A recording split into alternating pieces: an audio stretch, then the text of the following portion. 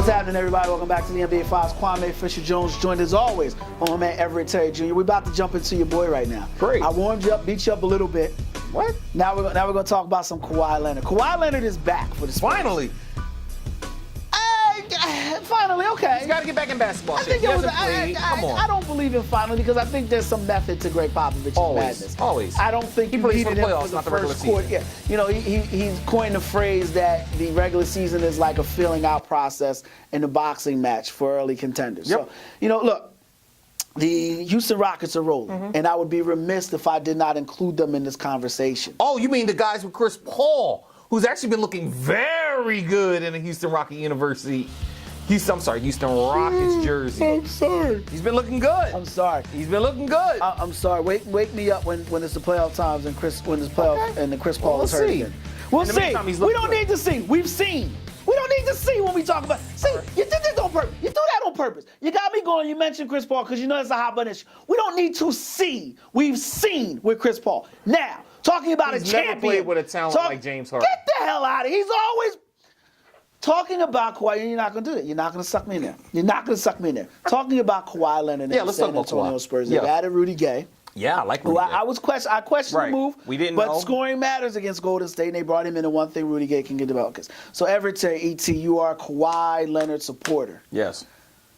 Who poses a bigger threat to the Golden State Warriors, the Houston Rockets or the San Antonio Spurs? No, it's the Rockets. It's not close.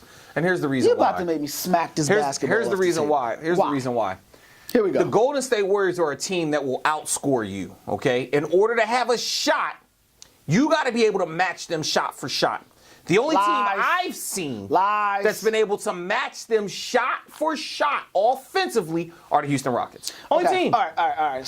I'm gonna stop you right now. I just saw the Rockets play the Spurs and they beat them by like what, 20? Don't give a diddly poo about what the Rockets do in the regular season. Okay. I like James. I am a James Harden fan. I was one of the few people. I remember Doug Gottlieb took shots at James Harden in the draft, and for Bleacher Report, you can check it out. I wrote an article saying I believe James Harden would be a better player. He regressed over the years, got into the flopping thing. He is back to being a player. He still struggles with his endurance, and that's fine. But let me be abundantly clear when I say this. There are two things that we know are going to happen in this world.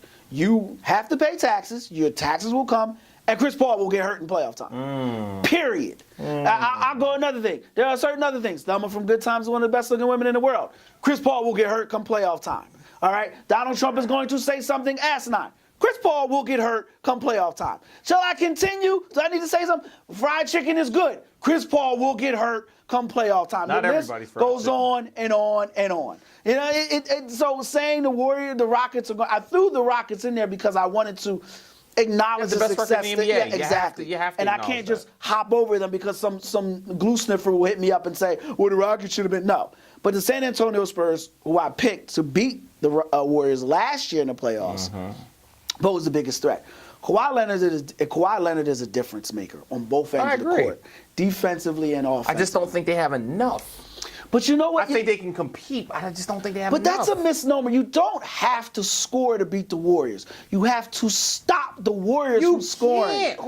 They've got one elite defender in San Antonio. That's Kawhi Leonard. One elite. But you don't. If you throw, let's say you throw him on Durant. But it's not a one-on-one. It's not about a one-on-one. You're not going to stop the Warriors one-on-one. It's team defense. But I'm asking you, who guards Curry? Who guards Clay? Who's staying in front of them? If that's your philosophy going in, my friend, you have already lost. Okay. You have already lost. Period. All right. Danny Green's hobbled. Tony Parker's injured. LaMarcus Aldridge can't guard Draymond, honestly. But they don't match up well. They have a good team defense. They're one of the best team defenders. Don't disagree. And Kawhi Leonard can go on anybody that gets hot in that game. So if Kelly gets hot, you can go. It'll almost always be Durant. But we know that. Stop it. But what we do know is this: the Spurs match up well with the Warriors. Okay. And unless Zaza Cheap Shot Pachulia is going to go run under Kawhi Leonard again, is that not a rule now? Are they not calling fouls now for getting under player space because of Zaza? Look, when it's all said and done, when the smoke cleared and the horses leave the barn, Greg Popovich is a better coach than Steve Kerr. We agree. I would say the best player, not scorer, but the best player of the two teams is Kawhi Leonard. I like those chances. Okay. I like that matchup. And if it were a head coach and one player versus a head coach and one player, I'd give you that. But they've got, here's where you're going to lose. Better bench, better scores 2, 3, and 4. Even if you call it a wash. True. Advantage Golden State. Got a little hot. Good right, good, right. Fair point. Fair point. I could make something of it. That's a fair point. I did not consider that. But you know what? I still like a fresh Kawhi. I still like a fresh Greg Popovich. And they've also had more recent postseason success as well. Pop hasn't won a title since, what was it, 2013? No, you're right. And those are all great, valid points. But I like what the Spurs do defensively. I like how they play basketball. It's the way you teach players how to play basketball. It's how you teach teams how to play basketball. The Warriors, they move the ball well. They're a great jump shooting team, fantastic jump shooting team. You know I love Klay Thompson. Right. I love Klay Thompson. And I love Draymond. But I'm telling you. And it's one of those things where it's like, you know what? If I tell you a duck can move a truck, shut up and hook it up, it's like I'm telling you the Spurs with a healthy Kawhi. And that's the big question. Yeah, we don't know what kind of Kawhi you're going to get. We have to see him over 30, 40, 50 games, see if he can hold up and be healthy all year. It's a big question. That's a great question. I'll take an L on that segment because all I'm saying is I'm just saying I'm going off faith because I believe the Spurs have a better championship pedigree if they're healthy and they match up well enough to beat the Warriors. But we'll see. It's the NBA Finals.